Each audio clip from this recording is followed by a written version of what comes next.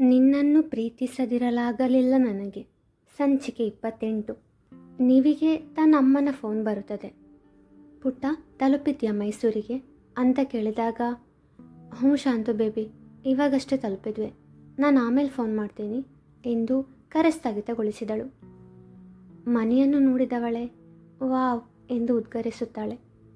ಸುತ್ತಲೂ ಹಚ್ಚ ಹಸಿರು, ಎಲ್ಲರ ಮನಸೆಳೆಯುವಂಥ ಜಾಗ.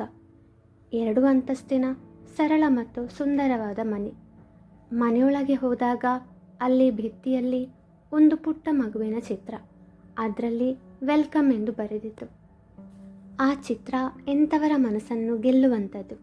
ಹಾಗೆ ಸೂರ್ಯೋದಯದ ಪೇಂಟಿಂಗ್, ಅದರಲ್ಲಿ ಹಾರುವ ಚಿಕ್ಕ ಚಿಕ್ಕ ಹಕ್ಕಿಗಳು, ಒಂದು ಮರ, ಸಮುದ್ರದಿಂದ ಮೇಲಕ್ಕೇರುವ ಸೂರ್ಯ ಇತ್ತು ಅದರಲ್ಲಿ. ಮುಂಜಾನೆಯನ್ನು ಆ ಚಿತ್ರದಲ್ಲಿ ವರ್ಣಿಸಲಾಗಿತ್ತು.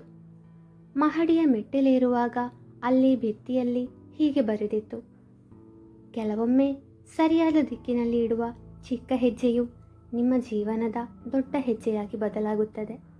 ಈ ಮಾತು ಎಷ್ಟು ನಿಜ ಅಲ್ವಾ?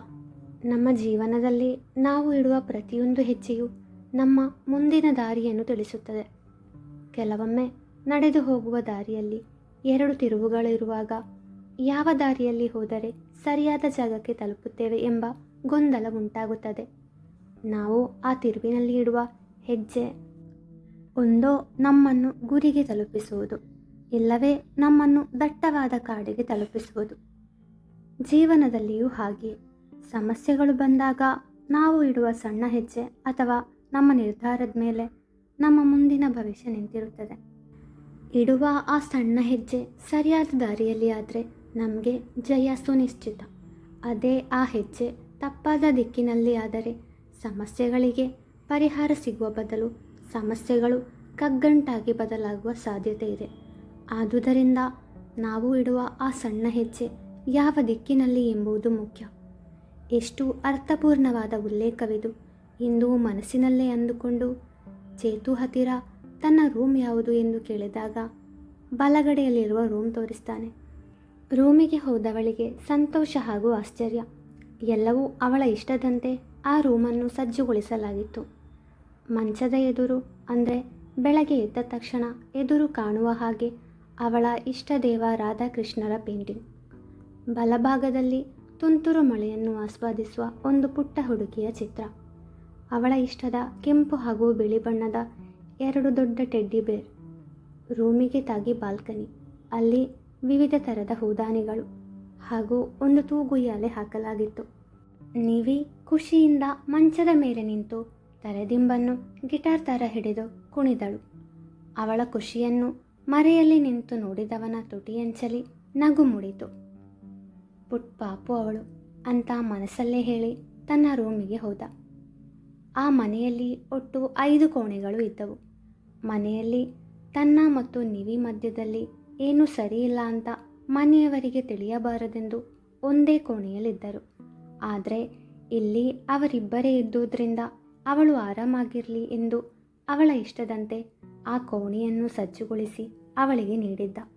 ನಿವಿಗೆ ಅವನಲ್ಲಿ ಒಂದು ಥ್ಯಾಂಕ್ಸ್ ಆದರೂ ಹೇಳಬೇಕು ಎಂದೆನಿಸಿ ಅವನ ಕೋಣೆ ಹುಡುಕಿ ಹೋದಳು. ಅವನು ಅಲ್ಲಿರಲಿಲ್ಲ. ಮಂಗಳೂರಿನ ಮನೆಯ ಕೋಣೆ ಹೇಗಿತ್ತೋ ಹಾಗೇ ಇತ್ತು ಆ ಕೋಣೆ. ಆದರೆ ಆ ಕೋಣೆಯಲ್ಲಿ ಇನ್ನೊಂದು ಕೋಣೆ, ಅಲ್ಲಿ ಬೀಗ ಹಾಕಲಾಗಿತ್ತು. ಅಷ್ಟರಲ್ಲಿ ಸ್ನಾನಕ್ಕೆ ಹೋಗಿದ್ದ ಚೇತು ಸ್ನಾನ ಮುಗಿಸಿ ಬಂದ. ಅವಳು ಬಂದದ್ದು ಅವನಿಗೆ ತಿಳಿದಿರಲಿಲ್ಲ. ಒಂದು ಟವೆಲ್ ಮಾತ್ರ ಸುತ್ತಿಕೊಂಡು ಬಂದಿದ್ದ. ನಿವಿ ಅವನನ್ನು ನೋಡುವುದಕ್ಕೂ ಅವನು ನಿವಿಯನ್ನು ನೋಡುವುದಕ್ಕೂ ಸರಿಯಾಯಿತು. ಅವನು ಗಾಬರಿಯಾಗಿ ಬಾತ್ರೂಮ್ ಹೋಗರೆ ಇವಳು ಕಣ್ಣು ಮುಚ್ಚಿ ಆಚೆ ತಿರುಗಿ ನಿಂತು ಆಮೇಲೆ ಕಣ್ಣು ಬಿಟ್ಟು ಒಂದೇ ಓಟಕ್ಕೆ ರೂಮ್ ಸೇರಿದಳು. ಅಯ್ಯೋ ದೇವ್ರೆ, ಇವಳು ಯಾಕಪ್ಪ ಈಗ ಇಲ್ಲಿಗೆ ಬಂದಳು? ನನ್ನ ಮಾನ ಮರ್ಯಾದೆ ಎಲ್ಲ ಹೋಯ್ತು. ಏನನ್ಕೊಂಡ್ಲೋ ಏನೋ, ಇವಾಗ ಹೇಗೆ ಹೊರಗೆ ಹೋಗಲಿ ಎಂದು ಮೆಲ್ಲಗೆ ಬಾತ್ರೂಮ್ ಹೊರಗೆ ಇಣುಕಿದ. ಅವಳಲ್ಲೆಲ್ಲಿಯೂ ಕಾಣಲಿಲ್ಲ. ಹೊರಗೆ ಬಂದು ರೂಮ್ ಒಳಗಿಂದ ಲಾಕ್ ಮಾಡಿ ನಿಟ್ಟುಸಿರು ಬಿಡುತ್ತಾ ಬಟ್ಟೆ ಧರಿಸಿ ಅವಳನ್ನು ಒರೆಸಿಕೊಂಡು ಅವಳ ರೂಮಿಗೆ ಹೋದ. ಅಯ್ಯೋ ಕೃಷ್ಣ, ಎಂಥ ಕೆಲಸ ಮಾಡಿಬಿಟ್ಟೆ. ಹೇ ನಿವಿ, ಅವರು ರೂಮ್ನಲ್ಲಿ ಇಲ್ಲ ಅಂದರೆ ತೆಪ್ಪಗೆ ಹೊರಗೆ ಬರಬೇಕು ತಾನೆ? ಸುಮ್ಮನೆ ಇದೆಲ್ಲ ಬೇಕಿತ್ತಾ? ಥ್ಯಾಂಕ್ಸ್ ಆಮೇಲಾದರೂ ಹೇಳ್ಬೋದಿತ್ತು ತಾನೆ? ಅವರೇನು ಅಂದ್ಕೊಂಡ್ರೋ ಏನೋ ಎಂದು ತನಗೆ ತಾನೇ ಬೈದುಕೊಂಡಳು. ಆಗ ಚೇತು ಬಂದ. ಅವಳಿಗೆ ಅವನ ಮುಖ ನೋಡಲು ಮುಜುಗರ. ಅವನ ಸ್ಥಿತಿ ಕೂಡ ಅದಕ್ಕಿಂತ ಹೊರತಾಗಿರಲಿಲ್ಲ. ಆದರೂ ಹೇಗೋ ಅವನೇ ಮಾತು ಆರಂಭಿಸಿದ. ಅದು ಏನಾದರೂ ಬೇಕಿತ್ತಾ? ಯಾಕೆ ನನ್ನ ರೂಮಿಗೆ ಬಂದಿದ್ದೆ? ಅದು ಸಾರಿ ಆ್ಯಂಡ್ ಥ್ಯಾಂಕ್ಸ್. ಯಾಕೆ? ನನ್ನ ರೂಮ್ ನನಗೆ ಇಷ್ಟ ಆಯಿತು, ಅದಕ್ಕೆ ಥ್ಯಾಂಕ್ಸ್. ಮತ್ತು ನಿಮ್ಮ ಅನುಮತಿ ಇಲ್ಲದೆ ನಿಮ್ಮ ರೂಮಿಗೆ ಬಂದಿದ್ದಕ್ಕೆ ಸಾರಿ. ಆ್ಯಕ್ಚುಲಿ ಥ್ಯಾಂಕ್ಸ್ ಹೇಳೋಣ ಅಂತ ಬಂದಿತ್ತು ನಿಮ್ಮ ರೂಮ್ಗೆ. ಇಷ್ಟು ದಿನ ಏಕವಚನದಲ್ಲಿ ಮಾತನಾಡಿಸುತ್ತಿದ್ದವಳು ಈಗ ಯಾಕೆ ಬಹುವಚನದಲ್ಲಿ ಮಾತನಾಡಿಸುತ್ತಿದ್ದಾಳೆ? ಇಟ್ಸ್ ಓಕೆ, ನನ್ನ ತಪ್ಪು ಇದೆ. ರೂಮ್ ಒಳಗಿಂದ ಲಾಕ್ ಮಾಡಬೇಕಿತ್ತು. ಮತ್ತು ಥ್ಯಾಂಕ್ಸ್ ಎಲ್ಲ ಏನೂ ಬೇಡ. ಏನಾದರೂ ಬೇಕಾದರೆ ಕೇಳು, ಆರಾಮಾಗಿರು. ನಾನು ಸ್ವಲ್ಪ ಹೊರಗೆ ಹೋಗಿ ಬರ್ತೀನಿ. ಹೋ ಸರಿ. ಅವನು ಹೊರಡಲನುವಾದಾಗ ಅವನನ್ನು ತಡೆದವಳು 1 ನಿಮಿಷ ಎಂದು ಹೇಳಿದಾಗ ಅವನು ಏನು ಎಂಬಂತೆ ಕಣ್ಣಲ್ಲೇ ಕೇಳಿದ. ಅದು ನಿಮ್ಮ ನಂಬರ್ ನನ್ನ ಹತ್ರ ಇಲ್ಲ. ಇವಾಗ ಅದು ಅನಿಸ್ತಲ್ಲ ನಂಬರ್ ಕೇಳಬೇಕು ಅಂತ ಎಂದು ಮನಸ್ಸಲ್ಲೇ ಹೇಳಿಕೊಂಡವ. 978 ಒಂದು ಮಿಸ್ ಕಾಲ್ ಕೊಡು. ಓಕೆ. ನೀನು ಬಂದ ಮೇಲೆ ತಾನೇ ಎಷ್ಟು ಚಂದ ಈ ಬಾಳು ಎಂದು ಚೇತು ಫೋನ್ ರಿಂಗ್ ಆಯಿತು. ಆಫ್ ಶರ್ಟ್ ಕಾಲಿಂಗ್ ಎಂದು ಬರುತ್ತಿತ್ತು. ನಮ್ಮ ಚೇತು ಮೊದಲೇ ನಿವಿ ನಂಬರ್ ತಗೊಂಡಿದ್ದ. ಆದರೂ ಇಲ್ಲಿ ತನಕ ಆ ನಂಬರ್ನಿಂದ ಕಾಲ್ ಬಂದಿರಲಿಲ್ಲ ಅಲ್ವಾ? ಅದಕ್ಕೆ ಮಿಸ್ ಕಾಲ್ ಕೊಡಲು ಹೇಳಿದ್ದು. ಇನ್ನೂ ನಮ್ಮ ನಿವಿ ಅವನ ನಂಬರ್ ಕಿಟ್ಟಪ್ಪ ಎಂದು ಸೇವ್ ಮಾಡಿಕೊಂಡಳು. ಅವನು ಅಲ್ಲಿಂದ ಹೋದ. ಇತ್ತ ವೃಂದಾವನದಲ್ಲಿ ಅಂದರೆ ಚೇತುವಿನ ಮಂಗಳೂರಲ್ಲಿರುವ ಮನೆಯಲ್ಲಿ ಸಾಕ್ಷಿಯನ್ನು ಹೊರತುಪಡಿಸಿ ಎಲ್ಲರೂ ಒಟ್ಟಿಗೆ ಸೇರಿ ಮಾತನಾಡುತ್ತಿದ್ದರು. ಸಾಕ್ಷಿ ಕಾಲೇಜಿಗೆ ಹೋಗಿದ್ದಳು. ರಘುರಾಮ್ರವರು, ಚಂದ್ರು ಮಕ್ಕಳು ಹೋದ್ಮೇಲೆ ಮನೇಲಿರೋಕೆ ಬೇಜಾರು ಕಣು ಎಂದು ಚಂದ್ರಶೇಖರ್ ಅವರ ಬಳಿ ಹೇಳಿದಾಗ ಅವರು, ನನಗೂ ಹಾಗೆ ಅನಿಸ್ತಿದೆ ಅಪ್ಪ.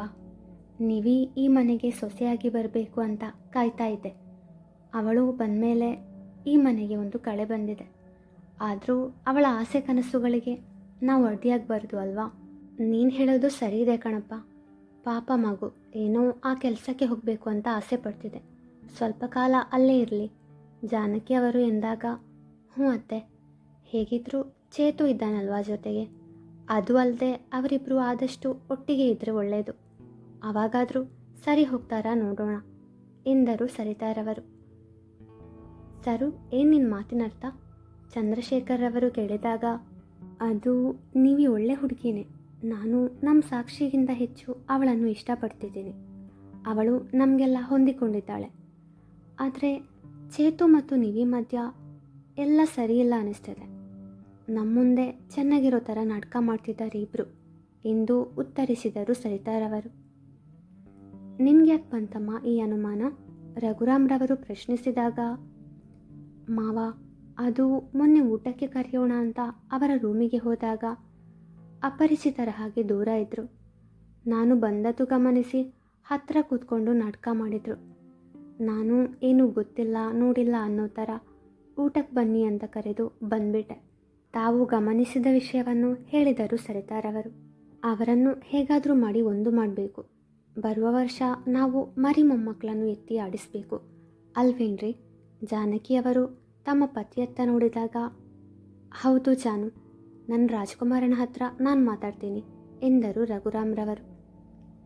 ಬೇಡ ಮಾವ, ಚೇತು ನಿವಿಯನ್ನು ತುಂಬ ಪ್ರೀತಿ ಮಾಡ್ತಿದ್ದಾನೆ. ಅವನಿಗೆ ಹೇಳಿ ಪ್ರಯೋಜನ ಇಲ್ಲ. ಸರಿತಾರವರು ಎಂದಾಗ, ಮತ್ತೇನು ಮಾಡಬೇಕು ಅಂತಿದ್ಯಾ? ಚೇತು ನಿವಿಯನ್ನು ಪ್ರೀತಿಸ್ತಿದ್ದಾನೆ ಅಂತ ನಿಂಗೆ ಹೇಗೆ ಗೊತ್ತಾಯಿತು ಎಂದು ಕೇಳಿದರು ಚಂದ್ರಶೇಖರ್ ಅವರು.